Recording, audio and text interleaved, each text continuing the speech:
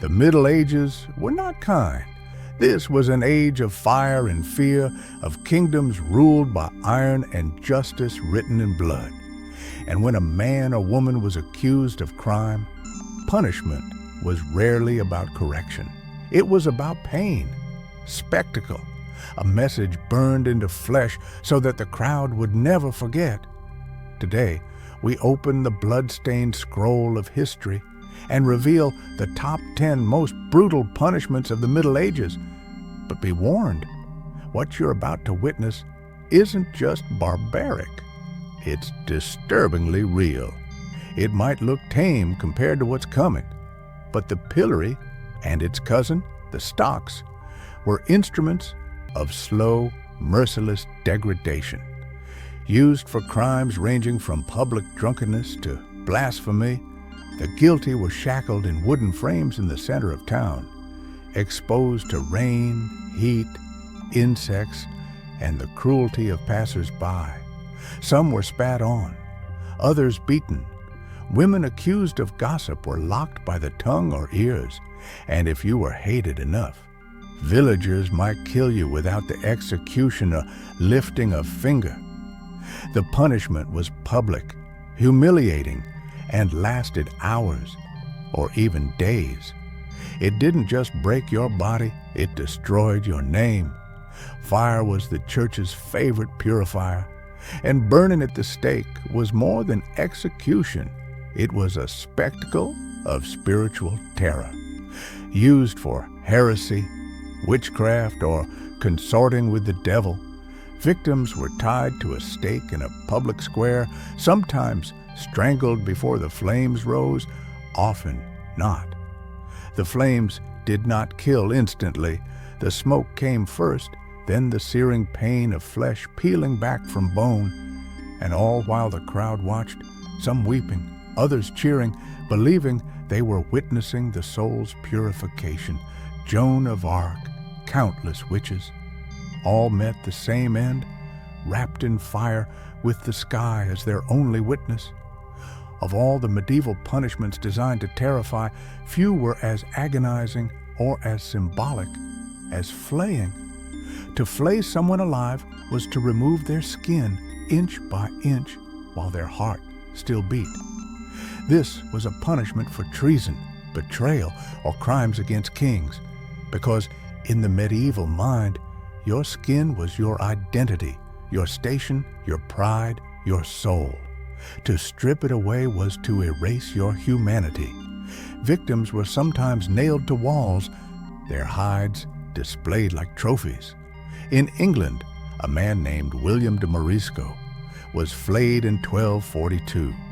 His skin nailed to Westminster's gates as a warning. It wasn't just torture, it was psychological warfare, one that whispered, "Betray us, and we'll peel your truth away." The Iron Maiden, a name that sends shivers down the spine.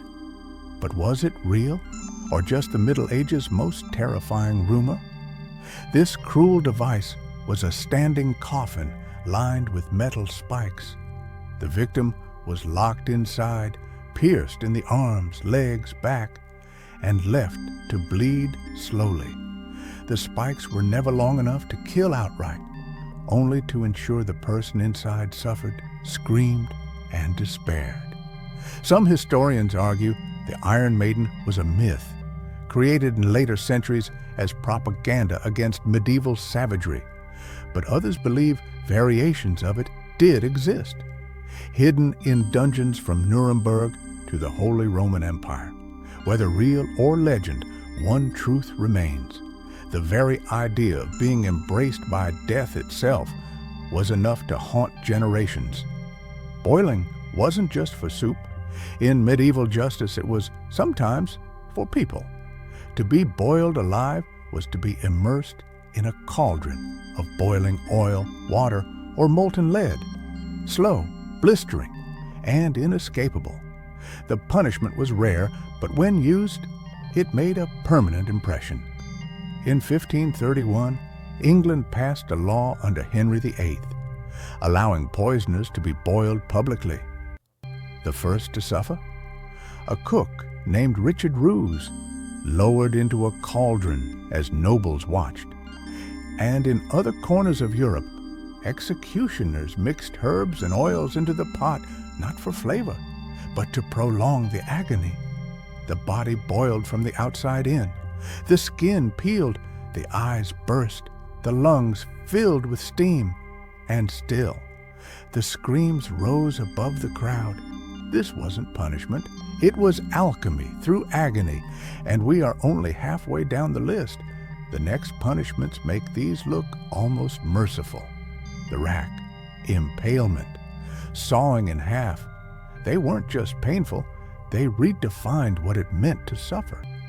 If pain had a soundtrack in the Middle Ages, it was the groan of the rack. This infamous torture device was deceptively simple.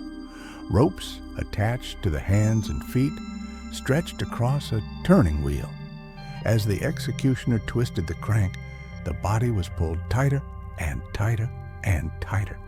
Joints dislocated, tendons snapped, limbs stretched inches longer than nature allowed, and still the questions kept coming. The rack wasn't just used to punish, it was used to extract confessions. True or false didn't matter. Pain spoke louder than truth. Men confessed to witchcraft, heresy, betrayal. Women to infidelity, poison, or dancing with devils. The sound of bones tearing from sockets became a prelude to silence, and when it was over, if you were still alive, you would never walk the same again. Some punishments were designed for pain, others were designed for fear. Sawing a man or woman in half was a punishment for crimes against the state or church, or often for simply being unwanted. The victim was hung upside down, not to spare dignity, but to keep blood flowing to the brain, to keep them awake. Then the saw began its work, between the legs, moving slowly downward. There were no screams near the end, because most victims remained conscious until the saw reached their chest. This method was used across Europe, in parts of Spain, France, and even in the Ottoman Empire. And it wasn't always quick. Sometimes the sawing would pause midway to let the crowd catch their breath, to let the executioner pray. It was spectacle turned sadism, and no one, not even royalty, was entirely safe. There are punishments that burn, there are punishments that bleed, but impalement is punishment that pierces the soul. This brutal execution involved driving a long, sharpened stake through the victim, often rectally or vaginally, and allowing the body to slide down slowly by its own weight. It was not quick. It was not hidden. It was a show.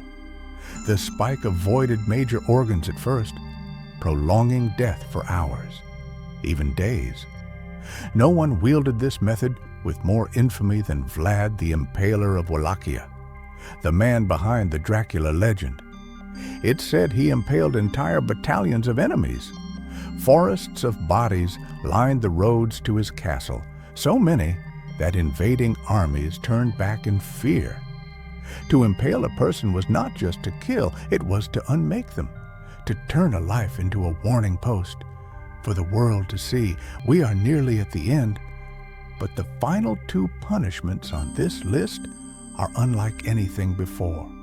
They were acts not of justice, but ritual cruelty, performed in the name of God, king, or pure vengeance. And once you hear them, you may never forget them. They called it the Catherine Wheel, but there was no saintly mercy in its turning. The breaking wheel was designed to destroy, not just kill, used across medieval Europe for crimes considered especially vile: murder, theft, treason, or sacrilege. The condemned was tied to a wooden wheel or stretched across a platform. Then came the iron bar. Each limb was smashed deliberately, one after another. The arms, the legs, the ribs, bones shattered, flesh tore.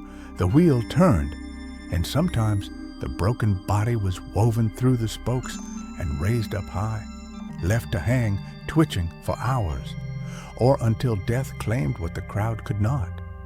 In France, they called it la roue. In Germany, it was Rädern. In every language, it meant the same thing, total annihilation.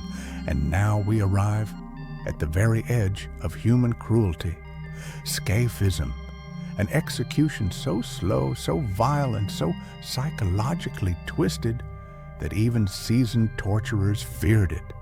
This punishment originated in ancient Persia, but echoes of it appeared throughout the darker corners of medieval punishment lore.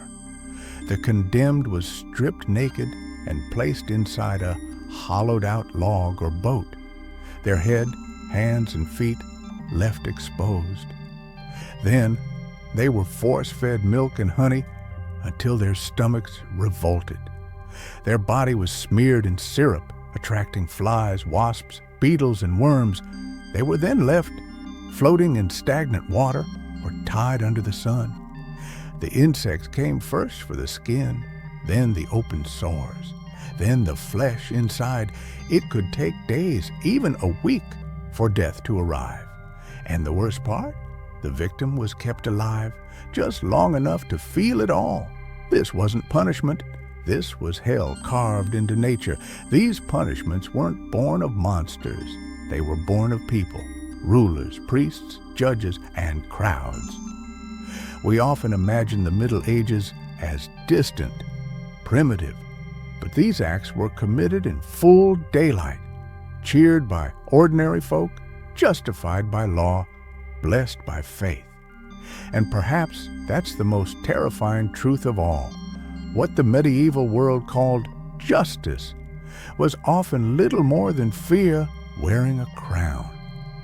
We tell these stories not to glorify the cruelty, but to remember where we came from, to see what happens when mercy disappears and power forgets compassion. Thank you for walking with us into the darkest chapters of history. If this story moved you, horrified you, or simply made you think, share it. Because in remembering the past, we keep ourselves human. Don't forget to like, comment, and subscribe for more stories from the forgotten corners of time. Until next,